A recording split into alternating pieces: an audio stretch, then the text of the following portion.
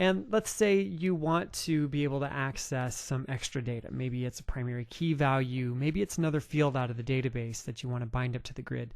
You're not necessarily interested in showing this to the user, but you want to have it available to you in order to do something programmatically on the page or send back to the server or what have you.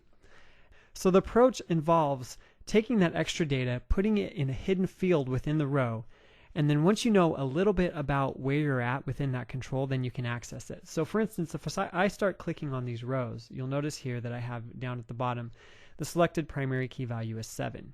And I know that to be true because of the way that the data is being generated for these records. And so if I come and change anything within this row, I can access the primary key. And again, it could be any other type of value that you want to have available in there.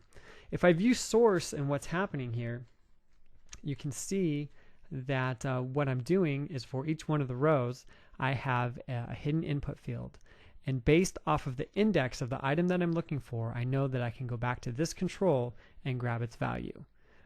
So you could line up a number of these if you wish to add more information that's hidden to the user. So let me show you how you can construct this within Visual Studio. So here I am with my page, standardasp.net web form page. I've got the script manager and the WebDataGrid. This page here, you'll notice, basically just has basic bound fields. And the first thing that I want to do is take my first name bound data field, and let's get rid of that and replace it with a template field. So this will be IG template data field. We need to add a few attributes here. The first thing that we want to do is give it a key, and we'll call this one first name. And secondly, we'll just give it some header text, and surprise, surprise, that'll be first name. Now what we want to do is open up the item template. And of course, the first thing that we want to be able to make sure this has is that the first name is printed out to the user. So we'll just do a little of our binding syntax here, and we'll say eval and then first name.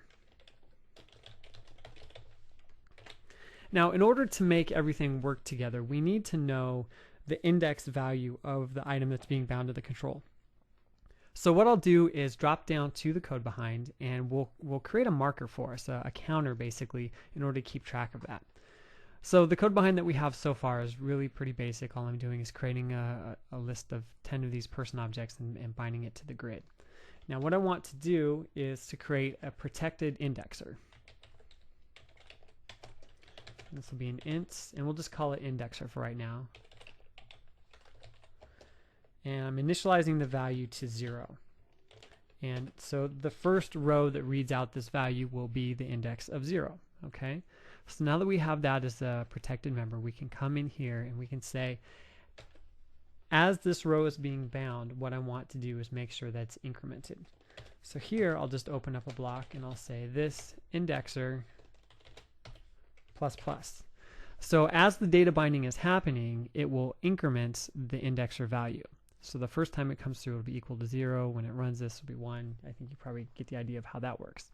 So before that happens, though, what we want to do is add in an hidden input field. So we'll say input type, make this hidden, and make the ID something that we'll come back to, and the value something that we'll come back to.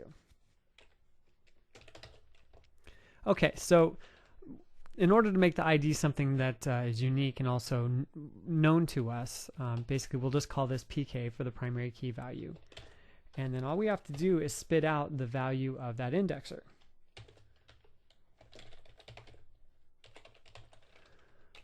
So there you go. And then finally, what we need to do for the value is just reach into our data source and say, give us the value that we're looking for. So I'll steal some of this code here.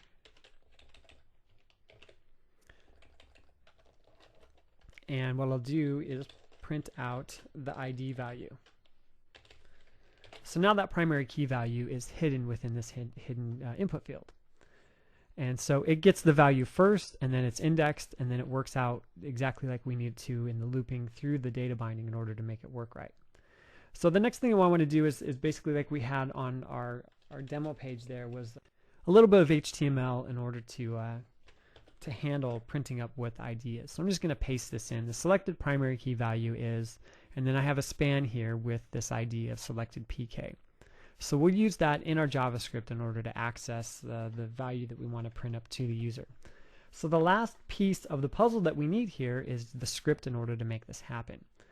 So to do that, what I want to do is create a function here.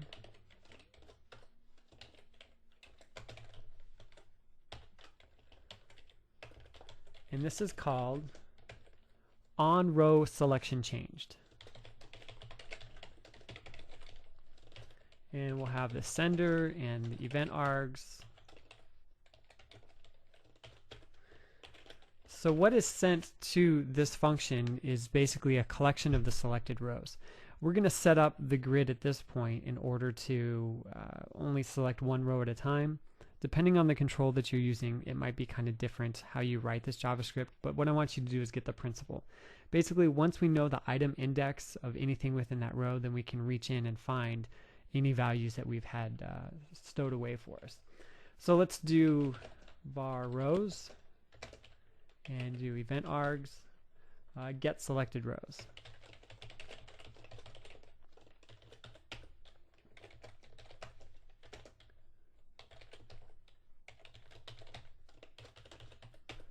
So this gets our selected rows, and then from the selected rows we find the single row that is selected, that basically the one that we've clicked on at this point, by calling get item and passing in 0.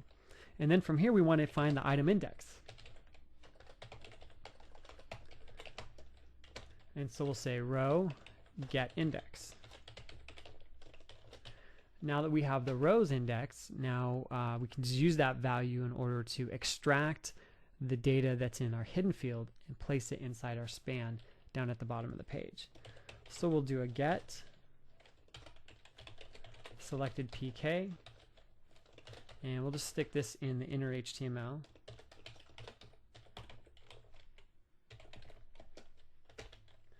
And then we'll do another get to go into our hidden input field, pass in our index value to concatenate the ID here,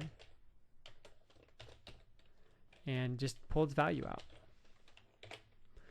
So we have our function that will do all of the work for us. The last thing that we need to do is wire up this function with the control itself. So we'll go into Design View and go into Behaviors. Now the first thing that I want to do is turn on row selectors, and then also go into Selection. From Selection, I'll select the client events, and I'll say row selection changed. Well, we're going to run on row selection changed. Hit apply and then OK.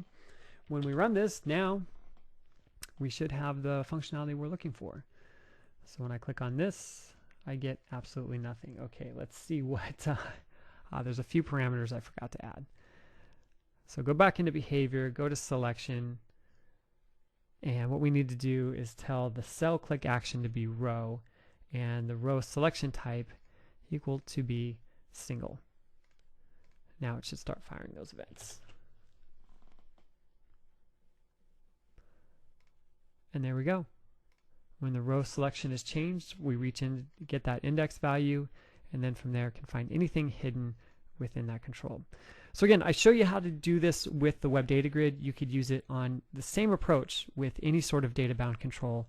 And so I hope this illustrates for you how you can hide some of that extra data and hopefully make your life a little bit easier when you're making requests to and from the server.